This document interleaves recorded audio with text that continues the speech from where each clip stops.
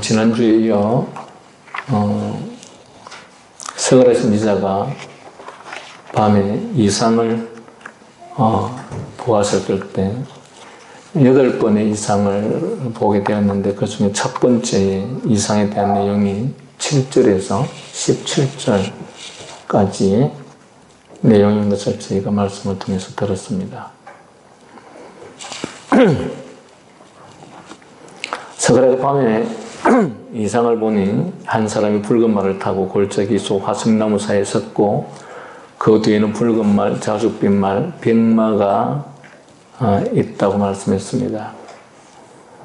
그때 스가랴가 내 주여 이들이 무엇입니까 하니까, 내게 말하는 천사가 내게 이르되 이들이 무엇인지 내가 내게 보이리라 하니, 화석나무 사이에서 선자가 대답하여 이르되 이는 여호와께서 땅에 두루 다니라고 보내신 자들이라 라고 말씀하고 있었던 내용을 저희는 말씀을 통해서 지난주에 보았습니다.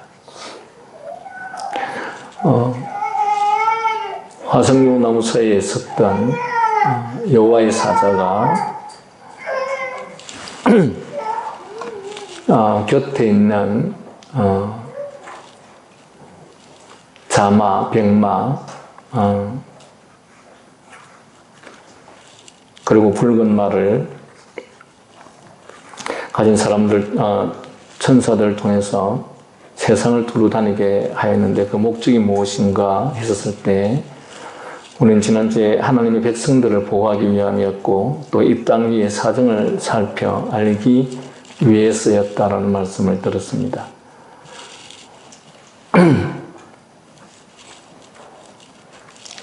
그리고 본문에서 천사들을 사방에 보내어서 이 땅 위의 모든 사정을 살피게 하시는 것은 칼빈이 지적한 것처럼 하나님 자신의 필요를 위해서가 아니라, 하나님께서 얼마나 우리 인간들의 모든 사건들에 대하여 깊은 관심과 애정을 가지고 살피신다는 것을 우리로 알게 하기 위하여서 그랬다라는 말씀을 나누었습니다.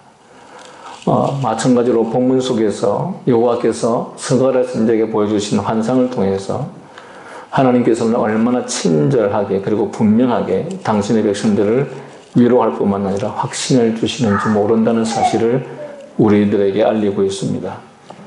그리고 그 하나님은 모든 것을 다 갖추신 분이시고 모든 것을 다 소유하고 계신 분이십니다.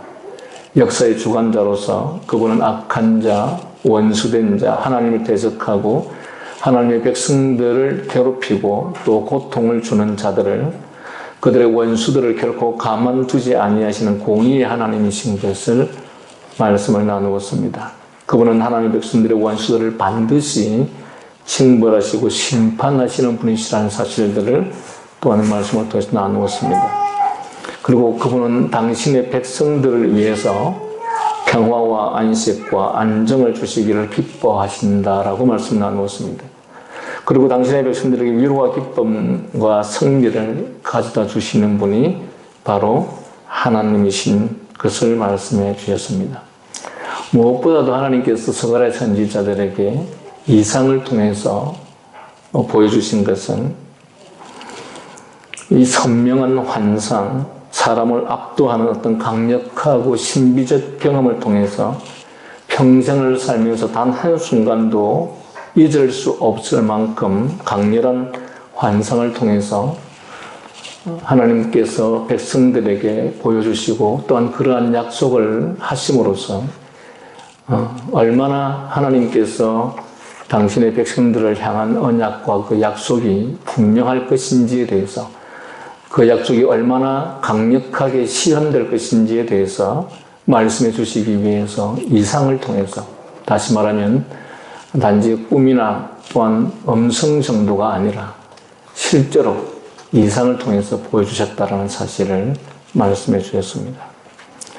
7절에서 17절까지는 간략하게 말하면 두 가지로 분류할 수 있는데, 화석류 나무 사이에 말 탄 자가 그에게 세상의 상태를 보고해 줄 다른 말 탄 자들에게 둘러싸여 있는 이상을 먼저 말해주고 있고, 7절에서 13절까지, 그리고 14절에서 17절까지를 통해서 이 이상을 설명하여서 유대인들을 위로하고 그리고 성곽과 성전 재건 사업에 있어서 그들을 격려하기 위해서 말씀하고 있는 내용이 14절에서 17절까지의 말씀입니다.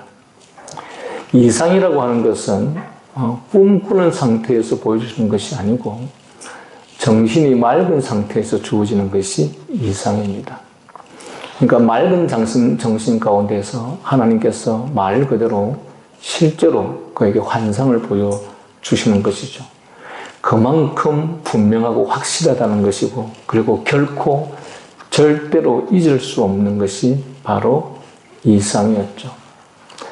마치 사무엘 선지자가 어릴 때 선지자가 되기 전에 그에게 하나님께서 나타나셔 실제적으로 음성을 들려주셨던 것처럼 아주 명확하게 분명하게 말씀을 통해서 말씀해 주셨던 것처럼 이 이상 역시도 그러하였다라는 것입니다. 그렇다면 왜 이 이상을 스가랴 선지자에게 보여주셨냐 했을 때 잘 아시는 것처럼 성전을 재건하다가 지쳐서 실망한 이스라엘 백성들에게 그들이 비록 아주 비천하고 멸시받는 상태에 있다 할지라도 하나님께서는 여전히 그들과 함께 하신다는 사실을 보여줌으로써 그들을 위로하기 위해서 이 이상을 보여주시고 계시다는 사실입니다. 하나님께서는 하나님의 모습을 상징적으로 말을 탄 자들의 모습을 통해서 보여주시고 제시함으로써 그들을 이스라엘 백성 유대인들을 위로해 주셨습니다. 그런데 이 상징적인 모습을 해석하는 천사가 스가랴 선지자에게 이것이 의미하는 뜻이 무엇인가를 지금 전달해 주고 있는 내용이 11절 이하의 말씀입니다. 스가랴는 이상을 통해서 석류나무 숲을 보았습니다. 석류나무는 아름다운 관목입니다.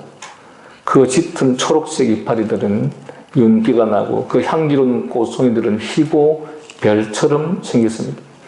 특별히 그 이파리들은 상처를 입을 때만 향기를 발하는 것이 이 나무의 특징입니다. 이것 석류나무는 신정국가 즉 유대 교회와 민족의 상징이었습니다.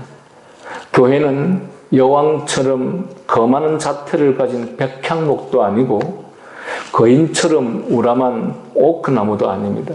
다만 교회는 앞선 것들에 비하면 백향목나무나 오크나무에 비하면 아주 비천한 석류나무, 즉 초라하고 가식이 없으며 무거운 환란에서 상처를 받으면 가장 향긋한 특유의 향기를 풍기는 것이 바로 석류나무입니다. 여기 상처를 입을 때만 향기를 내뿜는다는 이 말은 우리는 이렇게 해석할 수 있습니다.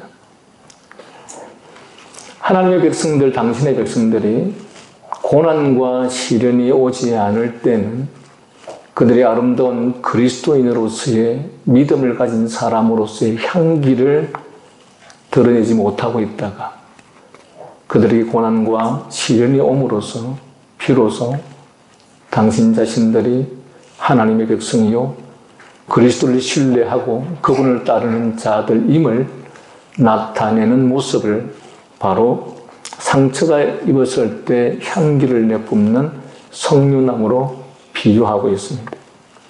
실제로 그렇습니다.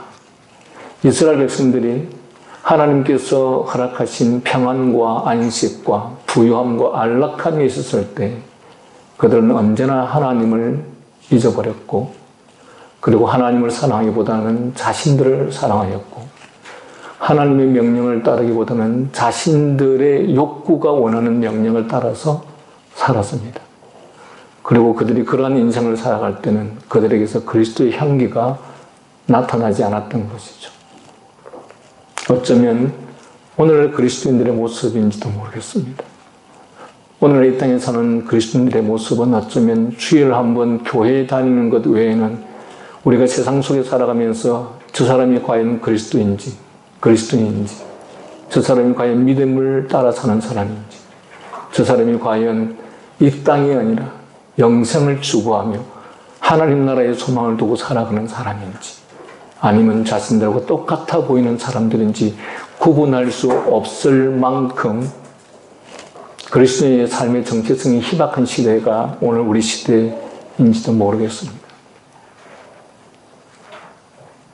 오늘날 정당에는 그리스도인들이라고 하는 사람들이 정말 수도 없이 많습니다. 그러나 그들이 모인 정당에서 반성경적이고 반십계명적인 법들이 정해지는데도 불구하고 그들은 아무 소리도 하지 않고 있는 그리스도인들이 너무도 많습니다. 이런 것들이 의미하는 바가 무엇입니까? 그들에게는 그리스도의 향기가 나타나지 않는 것이죠. 이 시대의 이스라엘 백성들이 바로 그러했던 것이죠. 자기들이 살고 있는 그 삶의 영역에서 온갖 반성경적이고 반하나님의 명령에 부합하는 그러한 일들이 전개되고 있음에도 불구하고 아무 소리도 하지 않고 앉아있는 그 모습들이 오늘날 우리 시대나 그들의 시대나 별반 다르지 않았던 것이죠. 그런데 이러한 그리스도인이 비로소 그들에게 환난이 임하고 고통이 임하고 그들에게 말할 수 없는 아픔이 주어졌을 때 비로소 그들이 하나님을 찾게 되고 하나님을 소망하는 자로서의 모습을 나타나게 되었다는 사실을 이 석류나무의 비유를 통해서 우리들에게 가르쳐주고 있습니다. 이것이 바로 당시의 신정국가의 상태였습니다. 당시 하나님의 백성들이 시리에 빠져 있었습니다. 그들은 바벨론 포로에서 돌아왔지만 여전히 너무도 그들이 살고 있는 그 땅은 황폐한 땅이었습니다. 그들이 그토록 비천한 것은 무엇보다도 더 비천하게 생각되어진 것은 오히려 하나님을 모르고 거만한 세계 열강들의 그늘에 완전히 덮여서 멸망을 받을 수밖에 없다고 생각되어지는 그 현실이 그들에게는 더욱더 비천하고 초라하게 보였습니다. 그러나 그는 이 석류나무들 가운데 홍맛한 사람을 보았고 후에 알게 되겠지만 그는 여호와의 사자였습니다. 그는 구약 역사 전체에 걸쳐서 하나님이 사람에게 나타나실 때마다 볼 수 있는 가견적 형태로 나타났던 그분. 근데 그분이 마침내 신약시대에 와서는 육체로 나타나신 분이시죠. 그 신비스러운 삼위 하나님의 제2위이신 예수 그리스도, 위대하신 그분의 교회의 머리이신 그분이 홍마를 탄 사람으로 여호와의 사자로서 그의 곁에 서 있었다는 사실입니다. 이리하여 그가 보이지 않게 교회 가운데 계신 사실이 홍마를 탄 사람으로 상징적으로 나타났던 것이죠. 이스라엘 교회는 외견상으로는 그토록 연약하고 비천하지만 그분을 그 가운데 모시고 계신 사실이 교회의 영광이요 안전인 것입니다. 아무리 교회가 외견상으로는 비천해 보이고 불쌍해 보이고 초라하게 보인다 할지라도 그 가운데 누가 계시면 이 세상의 주관자이신 전능하신 하나님이 계시면 그것이야말로 영광이고 안전이라는 사실입니다. 교회의 모든 역동적이고 위력 있는 사역들이 본문 속에 등장하는 말들로 상징되었습니다. 말들을 타고 둘러선 천사들은 하나님께서 자신의 교회의 필요 공급과 안전 보호를 위하여 온갖 사역들을 제공하시되 세계 열강들까지도 교회의 유익을 정진시키기 위해서는 언제든지 이용하신다는 사실을 보여주는 것입니다. 호위한 천사들은 온 땅의 상태를 정탐하도록 파송받았다가 돌아와서 보고하고 있는 내용이 바로 11절의 말씀입니다. 그 내용은 어떤 내용이냐? 열국이 평안하고 번영한다는 것이죠. 열국이 평안하고 번영하는데 그러나 상대적으로 유대는 황폐하고 예루살렘은 폐허 위에 누워 있으며 성전은 직담한 상태에 놓여 있었던 것입니다. 이러한 사태는 하나님 백성에 대한 그의 약속과는 모순되는 것 같고 하나님의 대적들에 대한 하나님의 위협들과도 어긋나는 것 같이 보입니다. 이스라엘 백성들이, 유대인들이 바라보기에 하나님께서 이전에 약속하셨을 때 하나님의 백성들을 회복시키시고 돌이키시고 과거의 영광을 다시 회복하시겠다고 말씀하셨고 상대적으로 하나님의 대적들에 대해서는 그들을 심판하시겠다고 약속하셨는데, 그런데 어찌하여 당신의 백성들은 여전히 이렇게 황폐하고 초라한 상태에서 살게 되고 있고, 그리고 상대적으로 그 열방들은 여전히 힘있고 부강한 상태로 그렇게 존재하고 있느냐라고 하는 것에 대한 실망인 것들이죠. 따라서 그것은 하나님의 백성들에게는 의심과 또한 실망의 요인이고, 그리고 그러한 현실과 상황은 대적들에게는 오히려 교만으로 마음이 부풀게 하는 요인이었던 것입니다. 그러므로 과연 이러할 때에 바로 하나님께서 일하셔야 할 때라는 사실을 이 본문 말씀을 통해서 가르쳐 주시는 것이죠. 그래서 여호와의 사자가 12절에서 자기 백성을 위하여서 크게 기도하기 시작하는 것입니다. 12절 다 같이 한번 우리 읽겠습니다. 시작. 여호와의 천사가 대답하여 이르되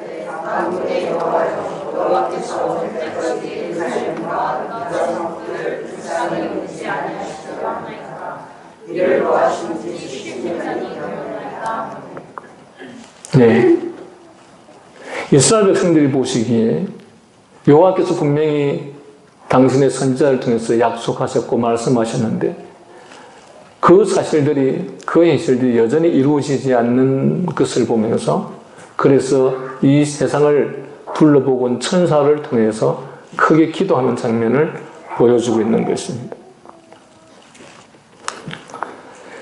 우리가 여기에 또 한 가지 큰 위로를 주는 사실이 있는데, 즉 그리스도께서는 자기 백성 가운데 거주하시고 또한 그들의 온갖 형편과 사정을 감찰하실 뿐 아니라 그들을 위해서 크게 기도하고 계신다는 사실을 가르칩니다. 그리고 그의 기도는 결코 헛된 법이 없습니다. 13절이 이 사실을 밝혀줍니다. 하나님께서 이런 큰 기도에 대한 응답으로 스가랴 선지자들에게 설명하도록 위임받은 천사에게 위로의 말씀을 하신 것입니다. 이 위로의 말씀을 스가랴가 14절에서 17절 말씀을 통해서 기록하고 있습니다. 이 부분은 이상에 대한 해설 부분으로 사실상의 의미는 다음과 같습니다. 예루살렘과 시온이 황폐인 것이 사실입니다.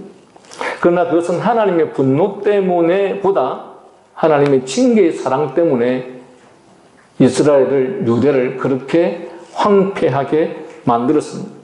그러나 하나님은 여전히 그들을 사랑하십니다.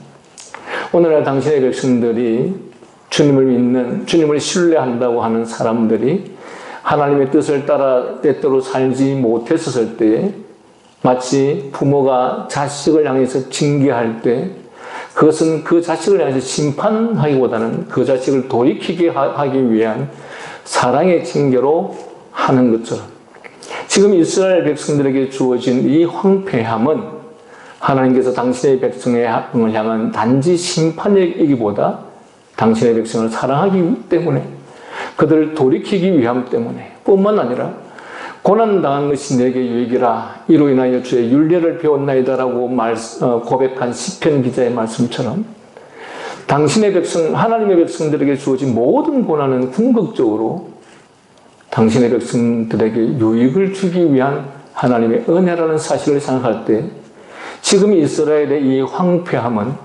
결국은 하나님께서 그들로 하여금 그보다 더 큰 유익과 은혜를 주시기 위한 하나의 방편이었다라는 사실입니다. 뿐만 아니라 하나님은 이처럼 당신의 백성들을 사랑하시기 때문에, 하나님께서 그들을 사랑하시기 때문에 그들의 사랑이 하나님으로부터 멀어지는 것을 하나님은 질투하시는 분이시죠. 그리하여 멀어지기만 하면 그들을 돌이키시기 위해서 행하시는 하나님의 징계입니다. 여러분, 오늘 우리는 이 땅에 살아가면서 당신의 백성으로서 때때로 우리가 원치 않은 많은 고난과 징계들을 경험하게 됩니다. 그런데 이러한 것들은 하나님께서 왜 우리에게 행하시느냐? 하나님께서는 우리를 질투하시는 분이시죠. 우리가 하나님으로부터 조금이라도 멀어지고 하나님을 떠나고 하나님과 상관없는 삶을 살 때 하나님께서는 이러한 징계를 통하여 우리로 하여금 돌아오게 하는 것이고 그 돌아옴을 통해서 우리에게 더 많은 유익을 주시기 위해서 은혜를 베푸시는 하나의 과정이라는 것입니다. 특별히 이방인들, 불신자들을 징계의 도구로 사용하시는 목적이 바로 여기에 있습니다. 그런데 하나님께서 당신의 백성들로 하여금 징계를 통하여 돌이키게 하시기 위한 수단으로 이 이방인들을 징계의 도구로 사용하셨는데 이 징계의 도구인 이방인들이 지나치게 하나님의 뜻과 상관없이 지나치게 당신의 백성들에게 고통을 준 사실에 대해서 지금 우리가 읽었던 이 본문 속에서 말씀하시고 있는 것입니다.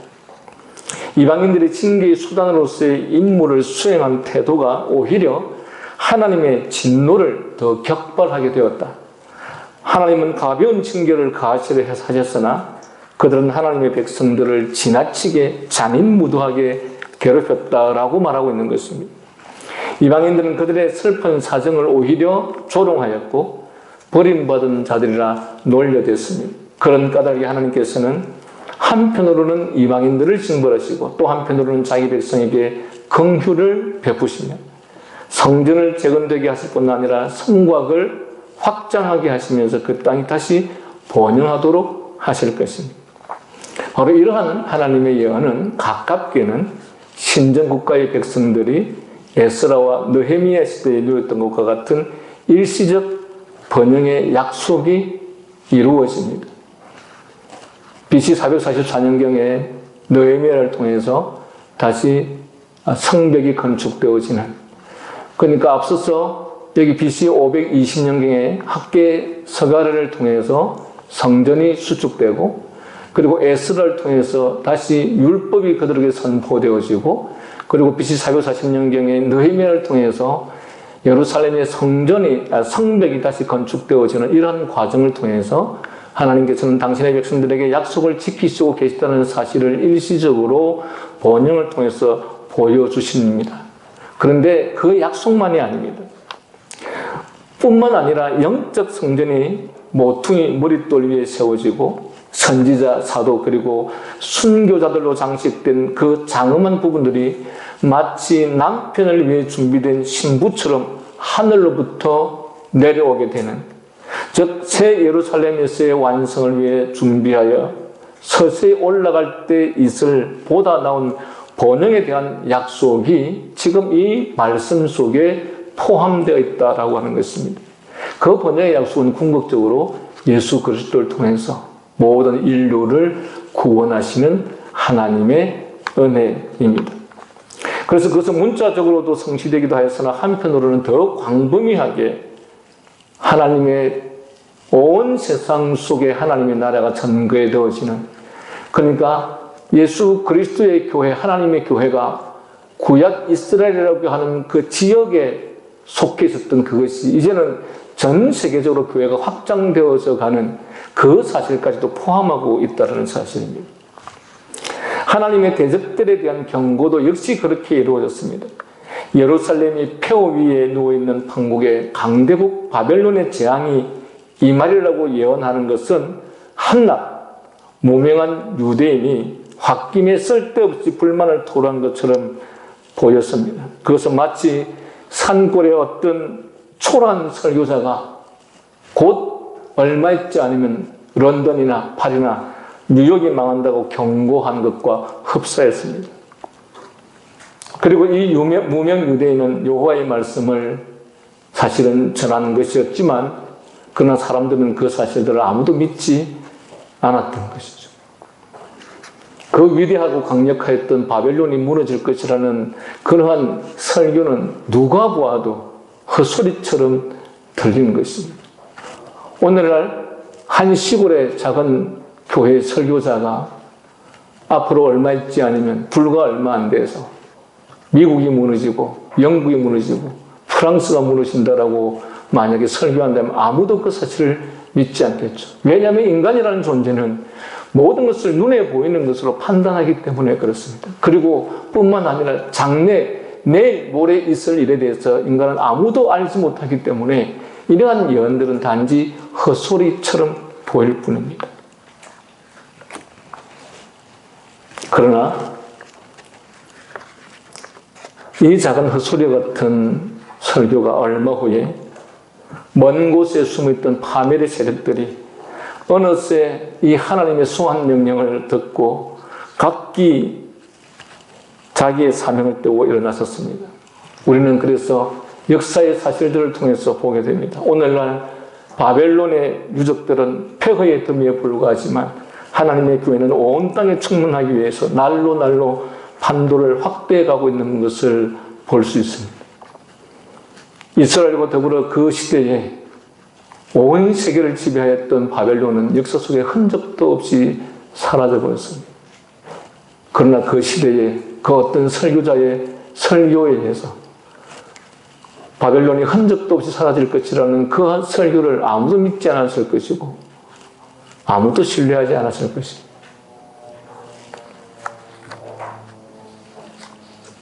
마찬가지입니다.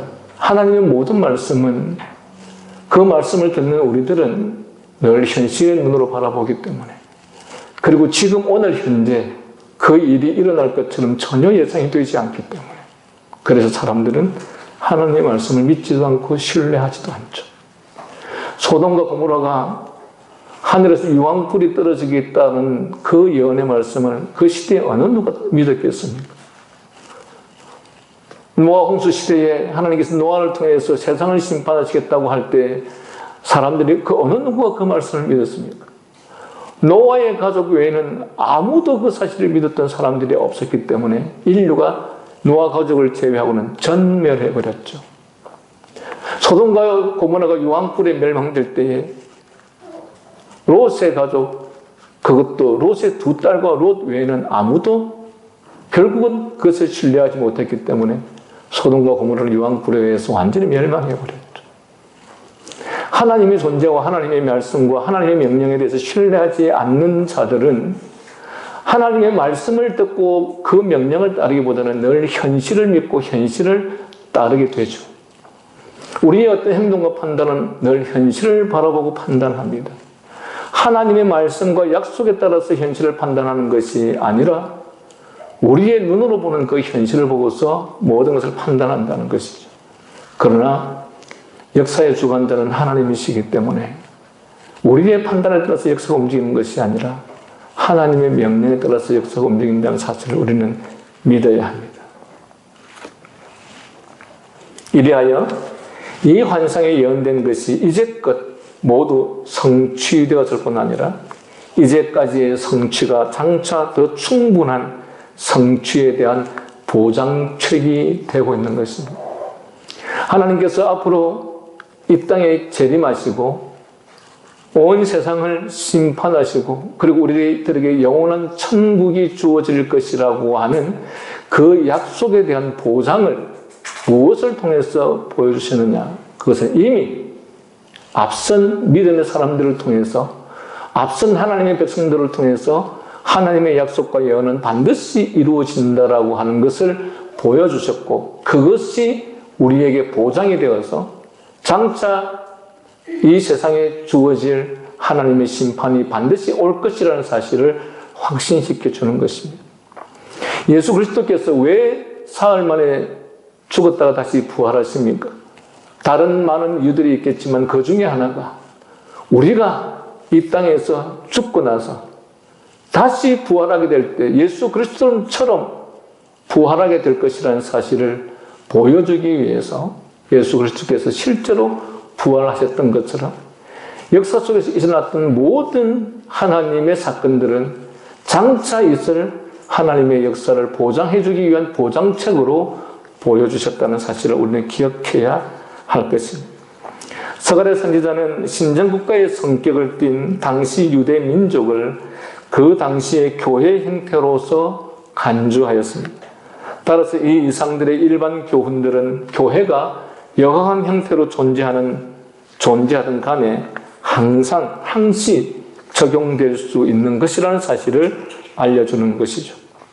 따라서 우리는 이 말씀을 통해서 주어지는 여러 가지 사상에 제시된 몇 가지의 교훈들을 찾아보면 다음과 같습니다.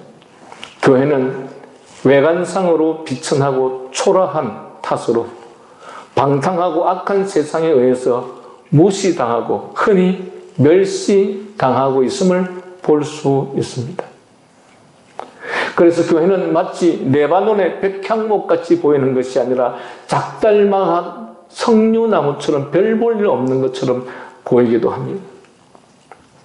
그런데 오히려 진정한 교회는 오히려 초라해 보일 수 있다는 사실을, 무엇보다도 예수 그리스도는 이 세상의 주인이시고 세상의 주권자이시지만 그가 이 땅에 오셨을 때 정말 하나님의 은혜를 입은 자만이 그분을 알 수 있게 된 그러한 모습으로 나사렛 목수라는 비천한 직업을 가진 자의 아들로서, 그리고 말구이에서 태어나는 그러한 비천한 모습으로 이 땅에 오셨지만, 그러나 그분은 온 세상의 주관자여 천지의 창조주이셨던 분이었던 것입니다. 마찬가지로 교회 역시 외관상으로 초라하고 비천한 모습 때문에 오히려 방탕하고 악한 세상으로부터 무시하고 멸시당할 수 있지만, 그러나 그 교회는 세상이 알지 못하는 보이지 않는 많은 영광을 소유하고 있는 것이, 왜냐하면 그 교회를 주관하고 다스리는 분이 바로 하나님이시기 때문입니다. 오늘날 세상은 정말 교회를 얕잡아 보고 있습니다. 교회 저것들 별것 아닌 것처럼 보이죠. 그래서 세상을 향해서 마음껏 자기의 권력을 휘두를 수 있고 마음껏 온갖 악들을 행할 수 있습니다. 앞으로 이러한 것은 점점 더 더해갈 것입니다.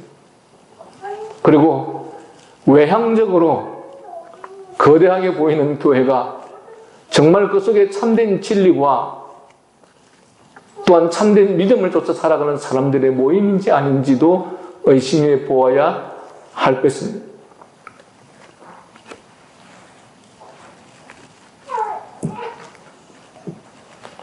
세상이 보기에는 비록 비천하고 초라한 것처럼 보이지만, 그리스도께서는 교회를 주관하고 다스리신 그리스도께서는 온갖 풍성한 사랑과 권세를 가지고 교회 가운데 거하시고, 그리고 그의 사자들을 보내어서 그의 일을 하게 하시고 교회의 최후 승리를 위해 모든 것을 준비하고 계시기 때문에, 그래서 보이지 않는 영광을 소유하고 있다라고 말씀할 수 있습니다.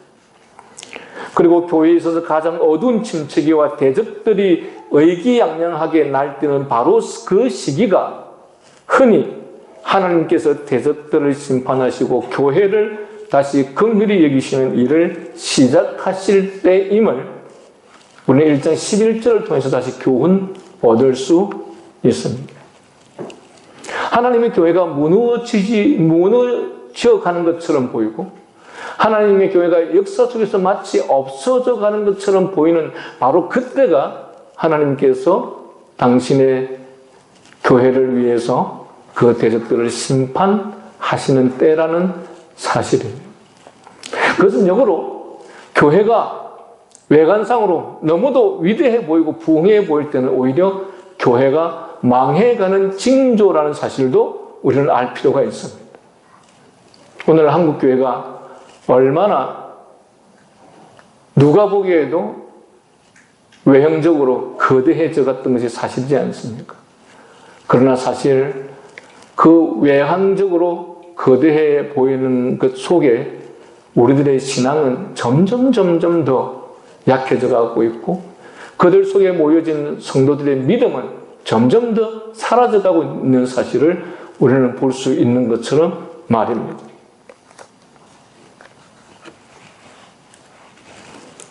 그리고 우리는 이 본문 말씀을 통해서 12, 13절을 통해서 그리스도께서는 가장 절실히 필요한 때에 자기 백성들을 위하여 기도하시며 또한 그의 기도는 항상 효과를 거둘 수밖에 없다라는 사실입니다.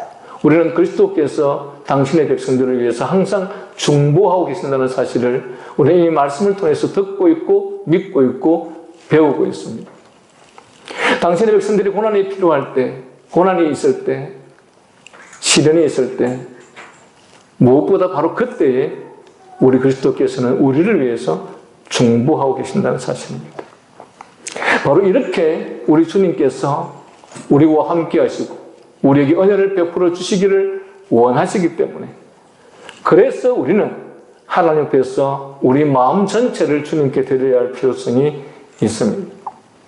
무엇보다 우리 하나님께서는 자신의 영광이 남에게 돌아가는 것을 질투하시는 하나님이십니다. 그리고 하나님의 교회는 어떠한 장애물도 극복하고 승리하며 어떤 대적이라도 다 물리칠 것입니다. 왜냐하면 하나님은 이 세상의 주관자이시고 이 세상의 창조자이시고 주권자이시기 때문에 그렇습니다. 따라서 당신의 백성들이 온전히 그 하나님의 약속과 그 명령과 말씀을 신뢰하기만 한다면 우리는 그분의 은혜 가운데서 모든 그분의 통치 가운데서 참된 평안을 누리게 될 것입니다. 그러나 우리가 한 가지 더 유의할 것은 이것입니다. 하나님의 약속과 경고는 우리에게 언제나 더디 보일 수 있습니다. 하나님의 약속이 마치 이루어지지 않는 것 같고 하나님께서는 우리의 기도를 외면하시는 것 같고 하나님께서 우리에게 명령하셨던 것들은 결코 이루어지지 않을 것처럼 보일 때가 있습니다. 그러나 하나님의 약속이 성취되는 범위는 우리의 관점으로 이해하고 생각해서는 안 됩니다. 우리는 이 땅에 살면서 잠시 살다가 없어질 우리의 육체뿐만 아니라 또한 잠시 존재하다가 없어질 이 지구의 종말 외인을 생각하지 못하고 있습니다. 그러나 하나님의 역사는 영원까지 지속된다는 사실을 기억할 필요가 있습니다. 하나님께서 우리에게 하신 약속이 우리의 눈에 보이는 그 시점에서 이루어지지 않는다고 하여서 하나님의 약속이 이루어지지 않는다는 것이 아니라는 것입니다. 하나님의 약속이 우리에게 죽음이 오는 그날까지 이루어지지 않았다. 그러면 우리에게 죽음이 오면 그것이 끝이십니까? 아니죠. 우리의 육체의 죽음은 죽는 그 순간 영원한 천국으로 들어가는 관문에 불과하지 않습니까? 그렇다면 우리를 향하신 하나님의 약속은 그 범위가 영원까지 존재한다는 사실입니다. 바로 이러한 사실을 우리가 신뢰하기 때문에 여러분은 불신자들이 즐겁게 주일과 상관없이 사는 것들이 부럽지 않아야 합니다. 또한 상대적으로 나는 그렇게 하지 못하는 것이 또한 교회가 그렇게 하지 못하게 하는 것이 원망스럽지 않아야 합니다. 만약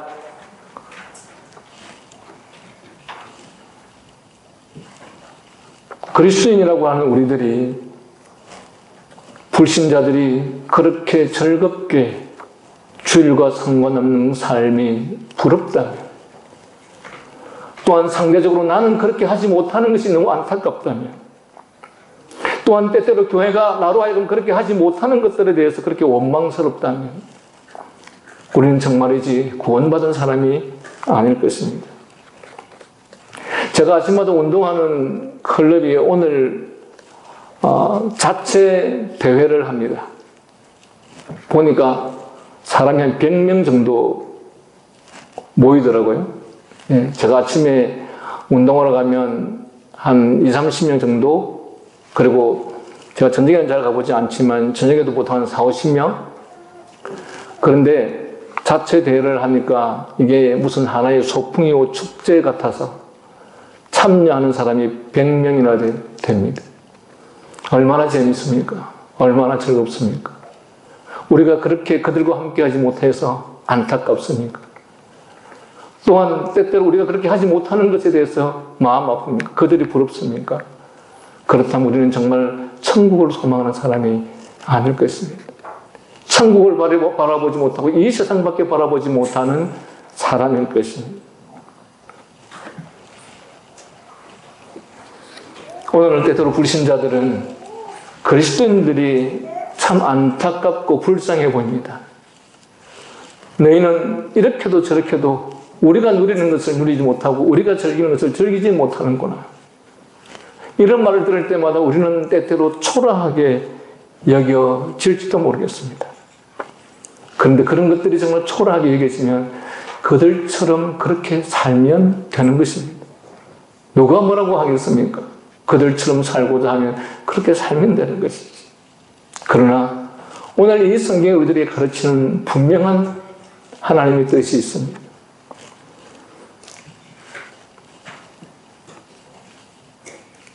우리들에게 다가오는 심판과 저주는 우리가 사는 이 땅은 영원한 곳이 아니고 잠시 우리가 머물다 가게 될 것이고, 그리고 잠시 후에 다가올 영원한 심판은 우리가 이 지상에서 살면서 단 한 번도 경험하지 못했던, 도저히 견딜 수 없는 그러한 심판이 우리에게 주어질 것입니다.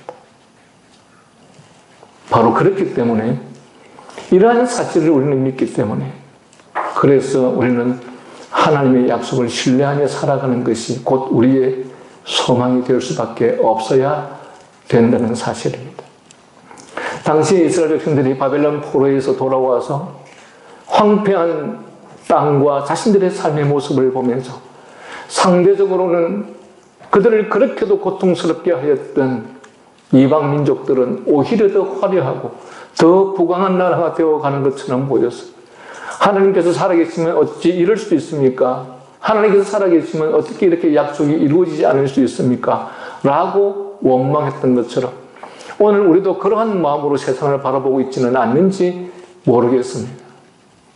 그러나 조금 전에 말씀드렸던 것처럼 이 화석류 나무는 오히려 그 나무에 상처가 있었을 때 비로소 그 향기를 바란다고 말씀했던 것처럼 인간이라는 존재 안에는 이 죄성 때문에 모든 것이 풍부하고 화려하고 안정될 때는 오히려 우리 속에서 그리스도의 향기가 보이지 않는, 마치 세상과 더불어 타협하고 세속화되어가는, 세상과 더불어 함께 즐기고 누리게 되는 삶의 모습을 살아가게 될지 모르겠지만, 그러나 당신의 백성들이 고난과 시련에 왔을 때 그들은 그제서야 하나님을 찾았던 것처럼 진정한 그리스도인의 향기는 이러한 고난 속에서, 고난을 통해서 나타난다는 사실과 더불어 이러한 고난과 시련이 우리에게 언제까지 지속되는 것이 아니라 하나님을 믿고 신뢰하는 당신의 백성들에게는 영원한 하나님의 나라가 준비되었다는 사실 앞에서 우리는 결코 세상을 부러워하지도 않아야 될 것이고, 우리 자신이 그렇게 살지 못한다는 것에 대해서, 그들과 함께 누리지 못한다는 것에 대해서 안타까워하는 마음도 있어서는 안 될 것이고, 그런 가운데서 우리가 소망하는 이 나라가, 우리가 소망하는 이 세계가, 우리가 소망하는 천국이 어떤 것인가를 세상에게 오히려 보여줄 수 있는 주님의 백성들이 되어야 할 것입니다. 기도하겠습니다.